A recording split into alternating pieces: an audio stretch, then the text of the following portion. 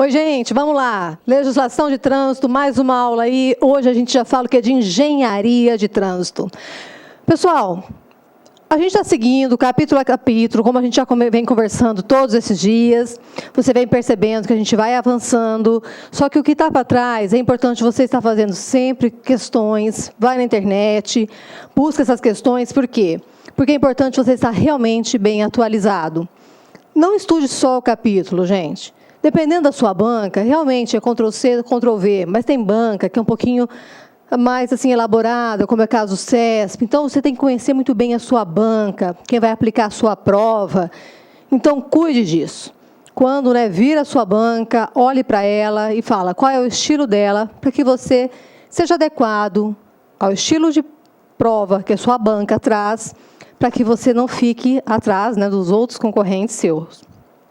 Nós vamos falar agora de quê? Da engenharia de tráfego, operação, fiscalização e do policiamento ostensivo de trânsito. É um capítulo breve, não trata-se de um capítulo longo.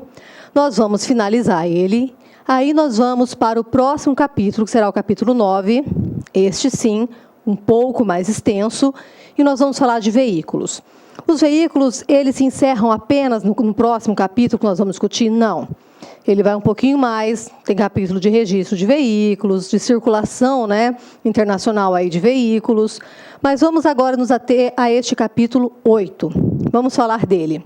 O que nós temos que falar aqui sobre a engenharia de trânsito, a engenharia de tráfego, começando lá no artigo 91, seguindo aí os artigos do Código de Trânsito, como a gente vem fazendo. Bom, tudo que nós vamos discutir, as leis, as regras, é estabelecido dentro do CONTRAN, e o CONTRAN vem e diz como que vai ser feito várias coisas em relação ao CTB. Por quê? Porque dentro do CTB, a engenharia de trânsito, a engenharia de tráfego não conseguiu ser tão extensa. Então, precisou o quê? Precisou necessariamente que tivesse o apoio de muitas resoluções aqui. As resoluções, como eu já venho dizendo para vocês em todas as aulas, dependendo do seu edital, nós vamos lá e nós vamos gravar de forma específica a sua resolução. Para quê? Porque nós não vamos discutir mais de 400 resoluções e inserindo dentro das aulas, enchendo a sua cabeça, deixando você quase louco, se não vai cair na sua prova. Então, nós temos que manter foco. Então, vamos falar aqui do artigo 91, vamos começar com ele, ok? Vamos lá. O CONTRAN estabelecerá as normas e regulamentos a serem adotados em território, em todo o território nacional, quando da implementação das soluções adotadas pela engenharia de tráfego, assim como padrões a serem praticados por todos os órgãos e entidades do SNT, ou seja, do Sistema Nacional de Trânsito. Pessoal, é impossível a gente conseguir desvincular a organização do tráfego com a engenharia de trânsito.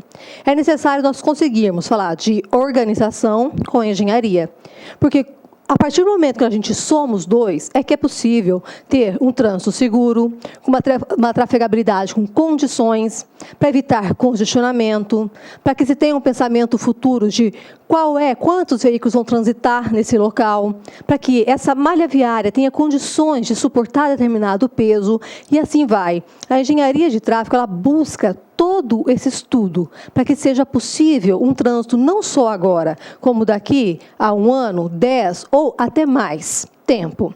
Olha só, há uma interação aí também, entre outras várias ciências, que também trabalham com engenharia. Por quê? Para que possa solucionar vários conflitos no trânsito. Então, tudo vai integrar, tudo vai ter condições o quê? De chegar a um objetivo comum.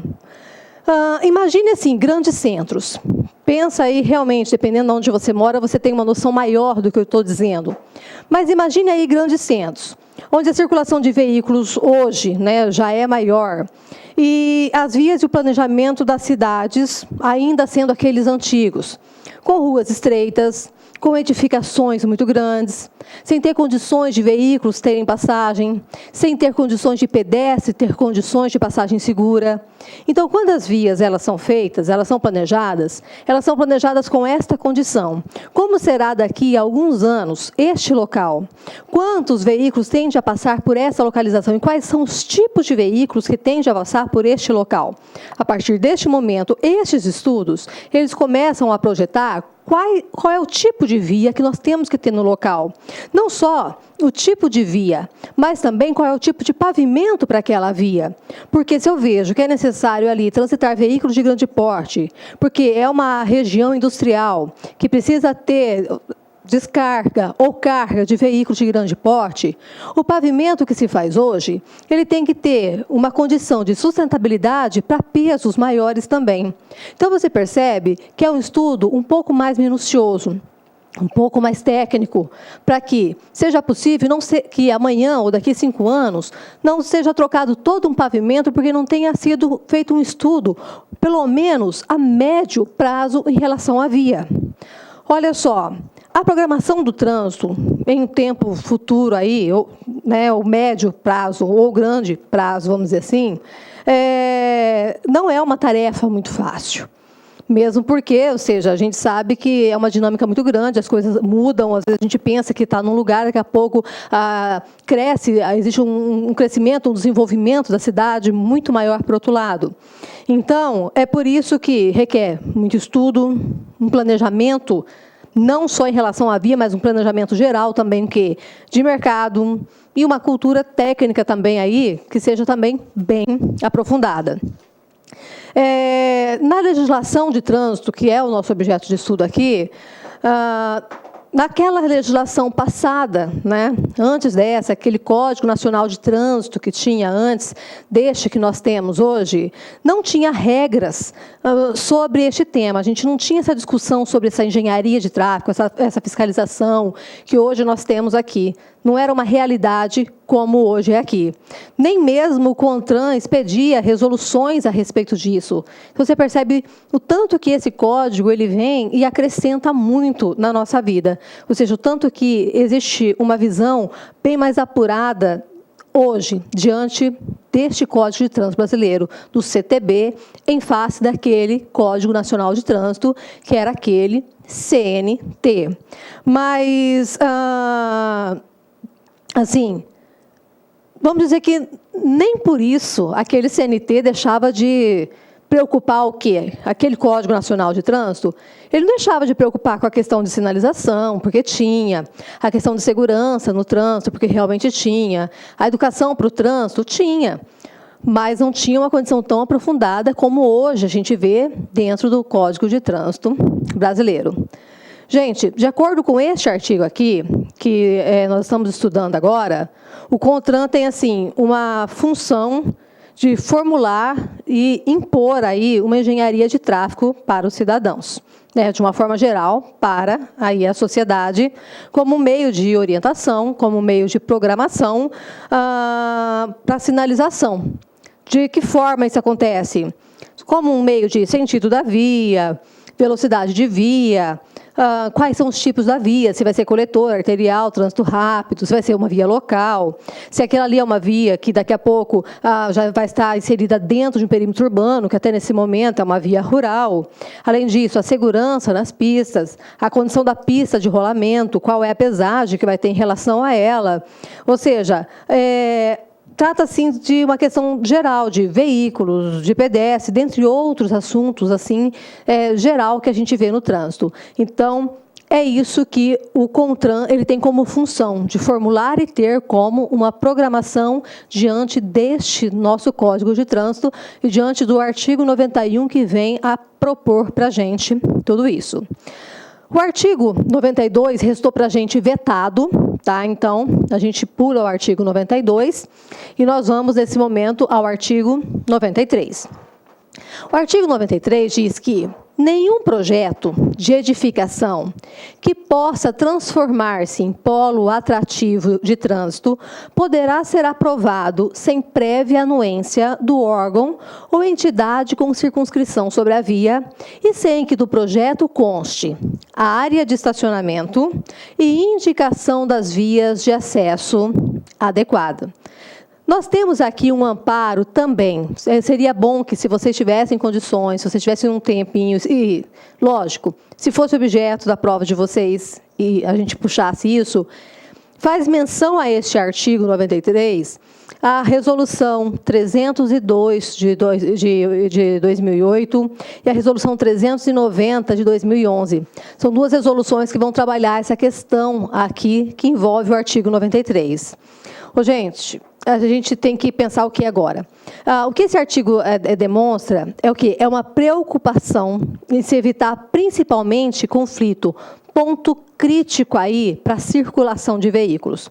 Porque se a engenharia de trânsito, a engenharia de tráfego busca justamente evitar esse trânsito conflitante, é saber como que os veículos têm condição realmente de circular sem estar um ali segurando o outro, então há de convir comigo que se existe um polo que chama bastante pessoas, consequentemente chama veículos, não tem condições desses veículos terem estacionamento, não é um local adequado para que seja construído.